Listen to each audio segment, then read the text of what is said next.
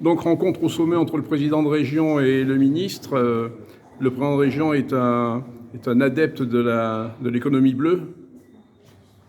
Oui, et c'est précisément l'objet de mon travail au gouvernement. Le Premier ministre m'a confié lourde charge, mais passionnante, de m'occuper du maritime, de la mer et de la pêche. Pourquoi a-t-il précisé de la pêche? Parce que derrière l'économie bleue, c'est d'abord les activités de production que nous voulons développer. Ça vaut pour l'Hexagone, ça vaut pour les Outre-mer.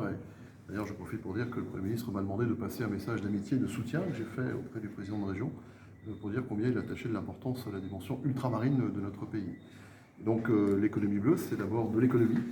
Et donc c'est le soutien aux activités de production, aux activités de pêche ici. Et il y a des projets importants portés par les collectivités régionales en lien avec le département, avec des communes de Guadeloupe. Et je suis venu au titre du ministère dire combien nous étions attachés à pouvoir développer la filière halieutique.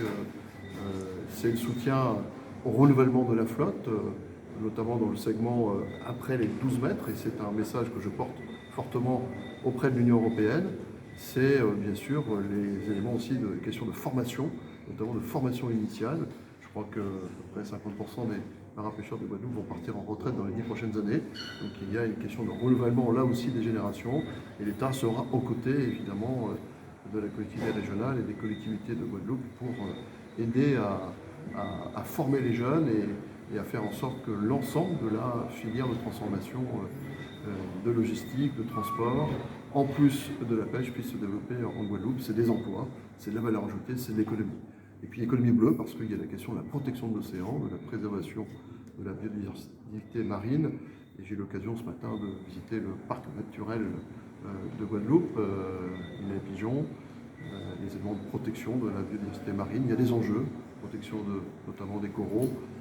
Et c'est évidemment quelque chose que mon ministère regarde de très près, en lien avec ce que la France prépare en juin 2025, ce grand rendez-vous qu'est l'UNOC 3, la conférence des Nations Unies sur l'océan.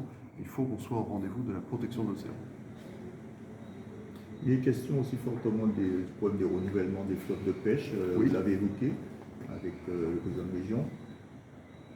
Bien entendu, aujourd'hui, dans le segment des bateaux inférieurs à 12 mètres, il y a déjà la capacité de pouvoir bénéficier d'aides d'État. C'est dans le cadre de la réglementation commune des pêches de l'Union européenne.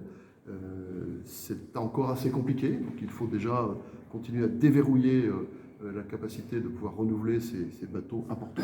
C'est une pêche très importante ici en Guadeloupe, mais il y a aussi le segment de bateaux supérieurs à 12 mètres, donc c'est une pêche un peu plus au large.